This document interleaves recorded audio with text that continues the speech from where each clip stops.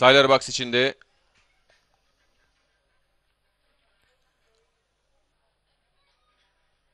Safkanlar hazır. Beyaz bayrak kaldırıldı. Start verildi ve koşu başladı. Değerli izleyenler, 8 numaralı Şirin Ahmet yaklaşık 10 boy sonra koşuya başladı. 8 numaralı Şirin Ahmet.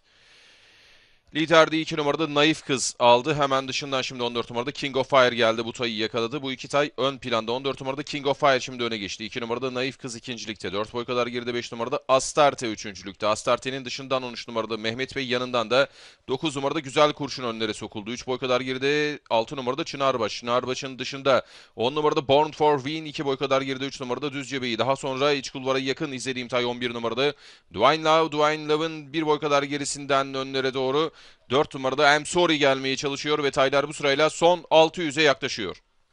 14 numarada King of Fire 1 boy farklı önde. 13 numarada Mehmet Bey bu metelerde ikincilikte. Mehmet Bey'in dışından da 6 numarada Çınarbaş ön grubu yakaladı.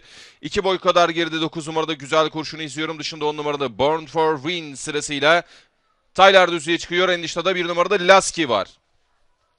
13 numarada Mehmet Bey son 400'ü az farklı. 6 numarada Çınarbaş'ın önünde geçti. Dıştan 1 numarada Lasky'nin atakları var. Son 200'e yaklaşırken 13 numarada Mehmet Bey ve dışındaki 6 numarada Çınarbaş ikilisi ön planda. Daha geriden dıştan 1 numarada Lasky'nin, en dıştan da 12 numarada Torun Ece'nin atakları var. 6 numarada Çınarbaş şimdi rakibinden kurtuldu. Farkı 2 boya kadar çıkartıyor 6 numarada Çınarbaş. Birinciliğe koşuyor bu tay. Yunus Taner'le koşuyor 6 numaralı Çınarbaş kazanıyor. 12 numarada Torun Ece ikinci, 13 numarada Mehmet Bey de üçüncü oldu 6 numarada Çınarbaş. Yunus Taner de kazandı.